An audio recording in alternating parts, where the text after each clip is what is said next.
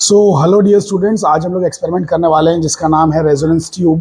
तो ये resonance tube experiment बहुत ही इंटरेस्टिंग एक्सपेरिमेंट है, आपके सामने रखा हुआ है। तो ये एक्सपेरिमेंट कैसे करते हैं, आइए इसको जानने की हम लोग कोशिश करते हैं अभी। तो फ्रेंड्स, पहले आप लोग इसके पीछे की कहानी, इसके पीछे की थ्योरी समझ लीजिए। जो रेजोनेंस ट्यूब एक्सपेरिमेंट है, इसके अंदर हमको निकालना क्या है, हमको वेलोसिटी ऑफ साउंड निकालना है रूम टेम्परेचर पे, और डिटरमाइन करना है unknown frequency using the resonance tube. Unknown frequency मतलब हमारे पास 4 से 5 ट्यूनिंग फॉर्क है, उसमें से एक ट्यूनिंग फॉर्क जो है उसकी फ्रीक्वेंसी हमें पता नहीं है, बाकी सारे ट्यूनिंग फॉर्क की फ्रीक्वेंसी हमें पता है। तो जो अननोन वाला ट्यूनिंग फॉर्क है उसकी हम लोग फ्रीक्वेंसी निकालने वाले हैं। ये जो सेटअप है, ये सेटअप बहुत ही ईजी है समझने के लिए। मेन तो बाहर ना ऐसा प्लास्टिक का या ग्लास का बना हुआ जार रहेगा, जार या फिर सिलेंडर। और ये जो सिलेंडर है इसमें पूरा पानी भर देंगे ऊपर तक, काफ़ी ऊपर तक जाना है आपको पानी भरने के लिए, पूरा ऊपर तक। और उसके बाद यहाँ पर इसके अंदर डुबाएंगे एक पाइप। तो हम लोगों ने स्टील का पाइप इसके अंदर डाला हुआ है, स्टील का पाइप। मैं आपको दिखा देता हूँ, देखिए पहले प्लास्टिक दिखाता हूँ, प्लास्टिक के अंदर पानी दिखाता हूँ। ये देखिए, तो ये जो है ये पूरा प्लास्टिक का है, देखिए इसमें पानी आपको दिख रहा है, देखिए पूरा पानी यहाँ तक भर दिया, काफ़ी ऊपर तक भर दिया है। तो ये पूरा है आपका सिलेंडर, ठीक है। ये नीचे थोड़े पत्थर डाल दिए गए ताकि थोड़ा सा भारी हो जाए, वरना पता चला हाथ लगते ही गिर जाएगा। तो बेसिकली कहने का मतलब ये कि ये जो है हमारे पास प्लास्टिक है, प्लास्टिक के अंदर हमने पानी भरा हुआ है, और इसके अंदर ये मेटालिक देखिए ट्यूब डाल दिया हुआ है, मेटालिक ट्यूब, मेटालिक पाइप डाल दिया। क्या can you see that pipe, it's very long. ये देखिए वाइड एंगल में आपको दिखा रहा हूँ, तो काफ़ी लंबा चौड़ा पाइप है, काफ़ी लंबा चौड़ा है। अब हमारे पास है ना काफ़ी सारे ट्यूनिंग फॉर्क्स रखे हुए हैं जिसमें से एक अननोन है। तो ये जो ट्यूनिंग फॉर्क्स हैं इनकी फ्रीक्वेंसी हमें पता है। जैसे फॉर एग्जांपल देखिए, इस पर जो फ्रीक्वेंसी लिखी हुई है, ये लिखी हुई है 320, है ना। तो ये नॉन फ्रीक्वेंसी है, नॉन फ्रीक्वेंसी वाला है। फिर वैसे ये वाला जो लिखा हुआ है ये कितना है भाई, ये 341 है ना, 341, ओके। एंड फिर ये जो है अपना, इसका नाम क्या है, 512, 512 सबसे ज़्यादा यही लगता है। एंड फिर उसके बाद ये जो है ये कितना है, 384 है ना, 384 है। तो ये भी है हमारे पास। एंड ये वाला जो इसका जो है हम लोग ने छुपा के रखा हुआ है, मतलब अननोन है ये। तो हम लोग क्या करेंगे ना कि पांचों से यहाँ पर रेजोनेंस ऑब्टेन करेंगे। रेजोनेंस बोले तो इसको एक बार बजाएंगे, बजाएंगे इन द सेंस कैसे बजाएंगे, ये पकड़ेंगे, ऐसा मारेंगे, मारने के बाद इसको पाइप के ऊपर रखेंगे, ठीक है।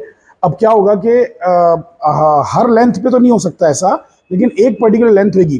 देखो इसको ऊपर नीचे कर सकते हैं, देखो हाथ से पकड़ के ऊपर नीचे कर सकते हैं, दिख रहा है। उसको ऐसा अपनी मर्जी से आप ऊपर नीचे, वैसे मैं दोनों हाथ का इस्तेमाल करना पड़ेगा, एक हाथ से इसको पकड़ना पड़ेगा। अब एक हाथ से इसको पकड़ोगे और एक हाथ से इसको पकड़ोगे, ऊपर नीचे करोगे तो आसान हो जाएगा। तो कहने का मतलब है कि जब ऊपर नीचे करेंगे तो बेसिकली होगा ये कि जो ये पाइप है उसकी एक पर्टिकुलर लंबाई जो होगी उस पर हमें ना रेजोनेंस आ जाएगा। रेजोनेंस इन द सेंस, जैसे ही ये ट्यूनिंग फॉर्क इधर रखा रहेगा ना, जोर से आवाज़ आएगी। वो आवाज़ मैं आपको सुनाऊंगा, डोंट वरी अबाउट दैट। तो कहने का मतलब ये है कि होता क्या, इसके पीछे की कहानी समझिए कि ये जो पाइप जो डूबा हुआ है, ये डूबे हुए पाइप के अंदर जो है यहाँ पे इतना पानी भरा हुआ है और इतना खाली जगह है। खाली जगह को हम लोग कहते हैं एयर कॉलम।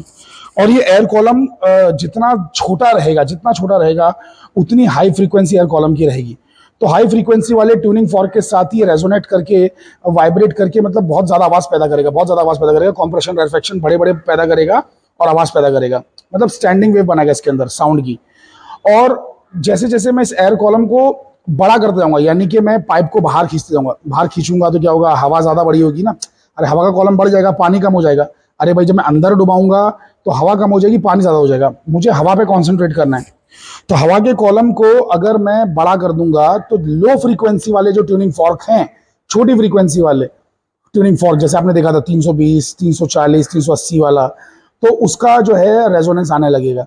तो ऐसे हर ट्यूनिंग फॉर्क का एक रेजोनेंस लेंथ आने वाला है। क्यों? क्योंकि ट्यूनिंग फॉर्क और हवा मैच होने वाली, मतलब हवा की रेजोनेंस है वो, हवा की रेजोनेटिंग फ्रीक्वेंसी ट्यूनिंग फॉर्क की एक्सटर्नल फ्रीक्वेंसी से मैच हो जाएगी और आवाज़ आएगी जोर से। तो वो भी हम लोग करने वाले हैं, आपको समझ में आएगा, डोंट वरी। तो ट्यूनिंग फॉर्क को ऐसे रखना है, समझ में आ रहा है। ट्यूनिंग फॉर्क लिखा हुआ है, यहाँ पे बाहर बताया जा रहा है कि एंटी नोड बनेगा और यहाँ पे नोड बनेगा। ऐसे क्यों बनेगा? बिकॉज ये इसके पास होती है एक सॉफ्ट बाउंड्री और एक होती है हार्ड बाउंड्री। अबे भैया जहाँ पे पानी है, पानी बहुत डेंस है, तो पानी को आप सॉलिड मान सकते हो, सॉलिड मान सकते हो। ये है सॉफ्ट, ये है hard boundary, hard boundary. And ये जो चीज़ है हवा, ये सॉफ्ट बाउंड्री है। तो आप कह सकते हो कि पाइप है ना एक जगह से बंद है। अरे ये पाइप एक जगह से बंद है, कहाँ से? यहाँ से बंद है, पाइप में यहाँ पे दीवार है, ऐसा आप कह सकते हो। तो this is like pipe closed eight one and. इसकी थियरी आप लोग ने स्टेशनरी वेव नाम के चैप्टर में 12th में पढ़ी हुई है। तो basically pipe closed eight one and, pipe closed eight one and या ओपन एट वन एंड, ऐसे करके आप इसे मान सकते हो। यहाँ से बंद है पाइप, यहाँ से चालू है। तो जब यहाँ से बंद है तो यहाँ पे नोड बनेगा, और जहाँ पे खुला हुआ है तो वहाँ पे एंटी नोड बनेगा। समझ रहे हैं, एंटी नोड। तो बेसिकली स्टैंडिंग वेव इसके अंदर बनने वाली है। अच्छा, ये सब थियरी अगर आपको नहीं समझ में आई कोई बात नहीं, आप खाली एक्सपेरिमेंट के प्रोसीजर पे ध्यान दीजिए। तो मैं भी आपको एक्सपेरिमेंट करके दिखाता हूँ कैसे करना है, ठीक है। तो अभी कैसा है कि ना, इसकी लेंथ अपन ऊपर नीचे एडजस्ट कैसे करते हैं, ऐसा हाथ से इसको ऐसा नीचे लेके आ सकते हैं, ऊपर लेके जा सकते हैं, है ना, नीचे लेके आ सकते हैं। तो अभी मैं क्या करता हूँ, पहले इसको एकदम कम से कम रखता हूँ एंड इससे ट्राई करता हूँ। ये मैंने लिया है 512 वाला, तो 512 वाला मैं ट्राई कर रहा हूँ। तो आवाज़ आ रही है, बहुत कम आ रही है। मैं आपको है ना माइक लगा के सुनाता हूँ, बहुत ही कम आवाज़ आ रही है। अभी जो आवाज़ है बहुत ही कम है, लेकिन अब मैं इसको चेंज करूँगा, देखिए ध्यान से।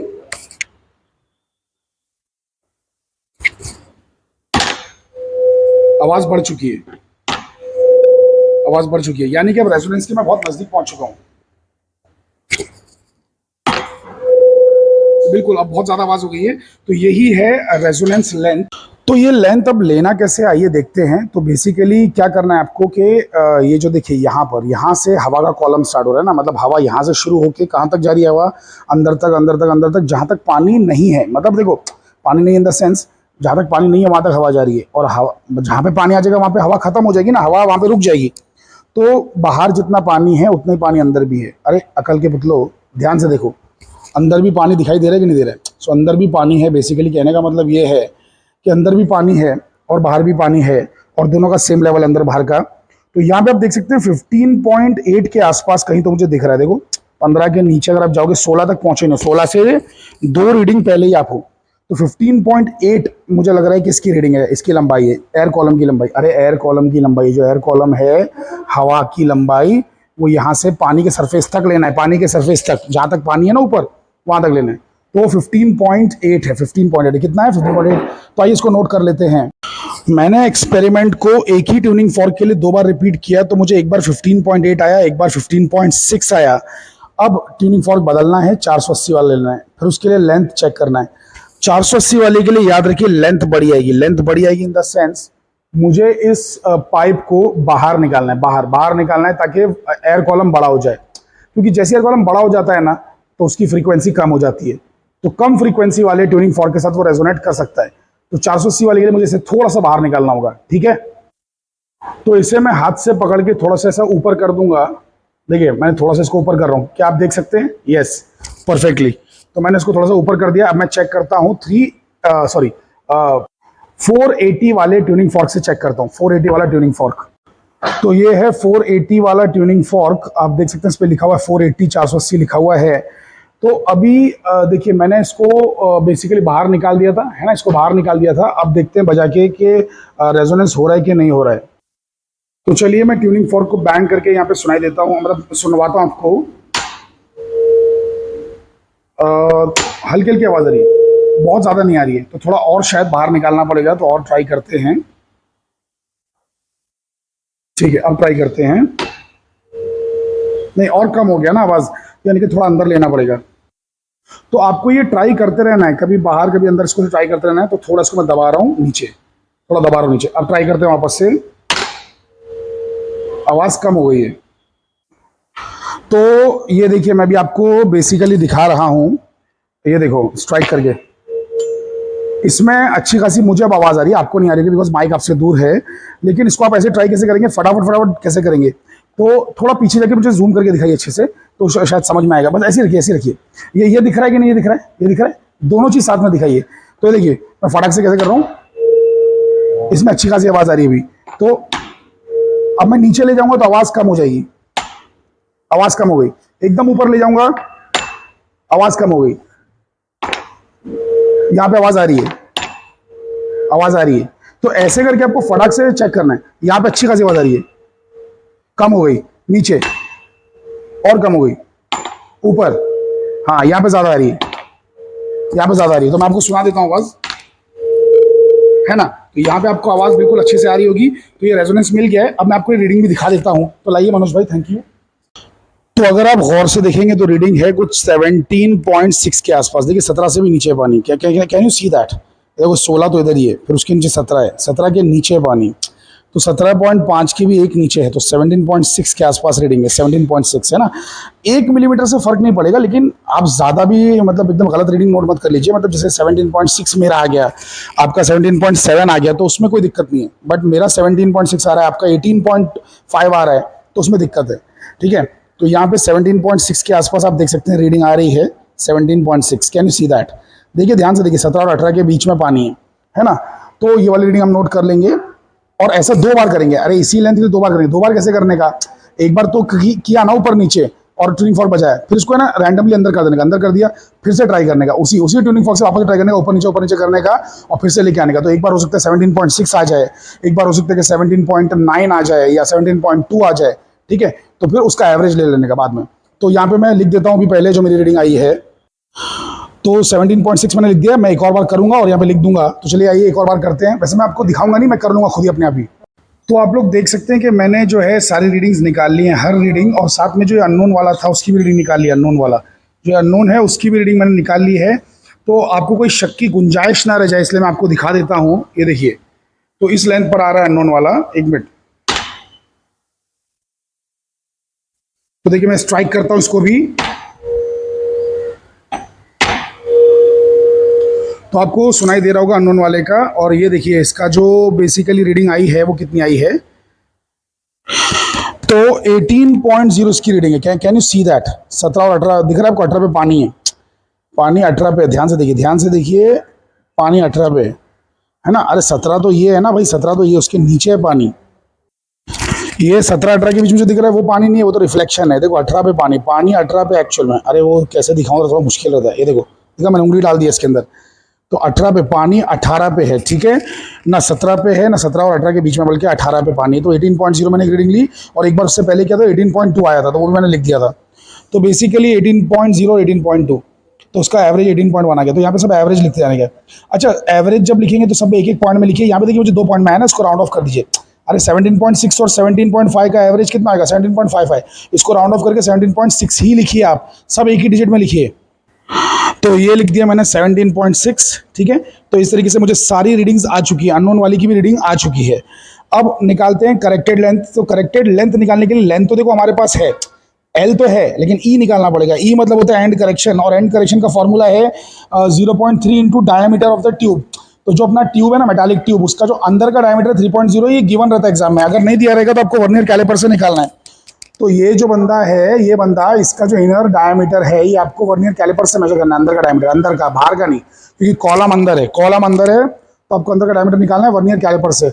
तो वर्नियर कैलिपर से कैसे मेजरमेंट करते हैं, इंटरनल डायमीटर कैसे निकालते हैं, एक्सटर्नल कैसे निकालते हैं, सारी चीज़ें मैंने मेरे दूसरे वीडियो में, जो कि पूरा आधे घंटे से ज़्यादा का वीडियो है वर्नियर कैलिपर के ऊपर, उसमें बताया हुआ है। तो उसमें आप देख लीजिएगा। अभी फिलहाल यहाँ पर है ना, मैं आपको एक रफ दिखा देता हूँ नॉर्मल स्केल से कि ये 3 सेंटीमीटर है कि नहीं। ध्यान से देखिए, ये देखिए, आप देख सकते हैं ये 3 दिख रहा है आपको, 3, हाँ क्या ना। तो अप्रोक्सीमेटली 3 सेंटीमीटर का जो है इसका इनर डायमीटर है, 3.0। तो 3.0 हम लोग नोट कर लेंगे। तो 3.0 मैंने नोट कर लिया, इसको मल्टीप्लाई करना है। एंड करेक्शन का फॉर्मूला 0.3 इंटू डी, तो 0.9 आ गया। अब ये 0.9 हर एक में ऐड कर देना है, 0.9 हर एक में ऐड कर देना है। ठीक है, और ये करेक्टेड लेंथ आएगी, सही लेंथ आएगी। सही लेंथ का मतलब ये है कि एक्चुअल में है ना, जो एंटी नोड बनता है ना, एंटी नोड, वो यहाँ पे नहीं बनता है, जहाँ बाउंड्री ना वहाँ नहीं बनता है, उससे थोड़ा ऊपर बनता है। अरे थोड़ा ऊपर बनता है, एक्स्ट्रा थोड़ा ऊपर बनता है, थोड़ा हवा में यहाँ पे बनता है बाहर। तो बाहर जो एक्स्ट्रा बन रहा है वो कितना है, 0.9 ऊपर बन रहा है, 0.9 सेंटीमीटर, मतलब 1 सेंटीमीटर ऊपर समझ लो, अप्रोक्सीमेटली 1 सेंटीमीटर ऊपर बन रहा है एंटी नोड। ठीक है, उसको कहते हैं करेक्टेड लेंथ। अबे ये देखो, ये देखो, ध्यान से देखो, ये डायग्राम दिख रहा है? अगर ये डायग्राम नहीं दिख रहा है, नहीं समझ में आ रहा, तो इधर देखो। एंटी नोड जो बन रहा है, एंटी नोड, वो पाइप के अंदर नहीं बन रहा है, ऊपर बन रहा है। ये देखो, ये पाइप दिख रहा है आपको, वो देखो बाहर का सिलेंडर दिख रहा है, बाहर के सिलेंडर का ये मुंह दिख रहा है इधर। तो बाहर के सिलेंडर का मुंह ये है, और अंदर के पाइप का मुंह ये है, तो उससे भी ऊपर बनता है एंटी नोड। समझ गए? एंटी नोड यहाँ नहीं बनता है, थोड़ा ऊपर बनता है, तो उसको कहते हैं एंड करेक्शन। तो एंड करेक्शन 1 सेंटीमीटर आया हमारा अप्रोक्सीमेटली 1 सेंटीमीटर है, अप्रोक्सीमेटली एक नहीं है, 0.9 है, एग्जैक्ट वैल्यू है 0.9 सेंटीमीटर। समझ गए? तो सब में ऐड करना है, सब में।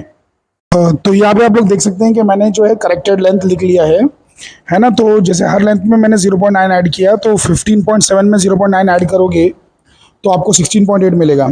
17.6 में 0.9 ऐड करोगे तो 18.5 आएगा। तो इस तरीके से सब कुछ कर लेना है।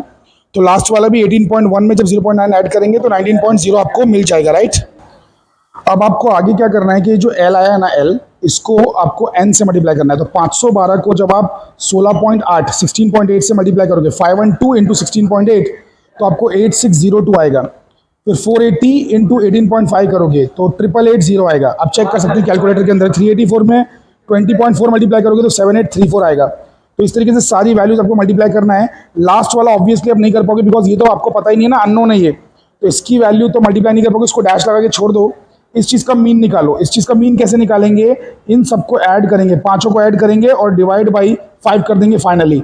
तो 8090.6 आया, जिसको आप चाहें तो 8091 लिख सकते हैं, बट मैं 8090.6 ही लिखने वाला हूँ, ज़्यादा एक्यूरेट रखने वाला हूँ। तो याद रखिए कि हमको इसका मीन निकालना है। मीन NL आ गया, ये मीन NL।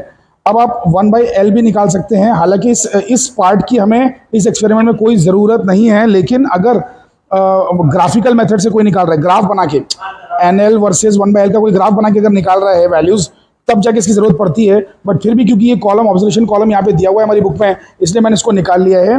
तो 1/L कैसे निकालेंगे, 1/16.8 करेंगे तो 0.0595 आएगा। 1/18.5 करेंगे तो 0.0541 आएगा। 1/20.4 करेंगे तो 0.0490 आएगा। ऐसे करते करते करते आप पूरा एंड तक निकाल सकते हैं, है ना। यहाँ तक कि आप ये भी निकाल सकते हैं, LX का भी उल्टा निकाल सकते हैं, 19.0 का उल्टा, तो 0.0526 आ रहा है। ठीक है, आई होप कि आपको ये बात समझ में आई है। अब वेलोसिटी ऑफ साउंड का देखिए क्या फॉर्मूला दिया हुआ है। वेलोसिटी ऑफ साउंड का फॉर्मूला दिया हुआ है कि velocity of sound at room temperature कितना होता है, V इक्वल्स टू 4 टाइम्स 4 से मल्टीप्लाई करना है किसको, मीन NL को, NL की एवरेज वैल्यू को। तो NL की एवरेज वैल्यू कितनी थी भाई, तो NL की जो एवरेज वैल्यू थी, NL की एवरेज वैल्यू थी 8090.6। तो जैसे ही मैंने मल्टीप्लाई किया 4 को 8090.6 से, देखो 4 को मल्टीप्लाई किया 8090.6 से, तो मुझे आ गया 32,362.4 हर्ट्ज सेंटीमीटर। हर्ट्ज का मतलब होता है 1/सेकंड। अरे हर्ट्ज सेकंड का उल्टा होता है, तो हर्ट्ज का मतलब होता है 1/सेकंड।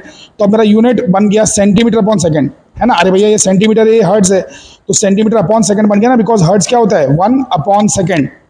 तो इतना सेंटीमीटर पर सेकंड मेरा वेलोसिटी ऑफ साउंड आया।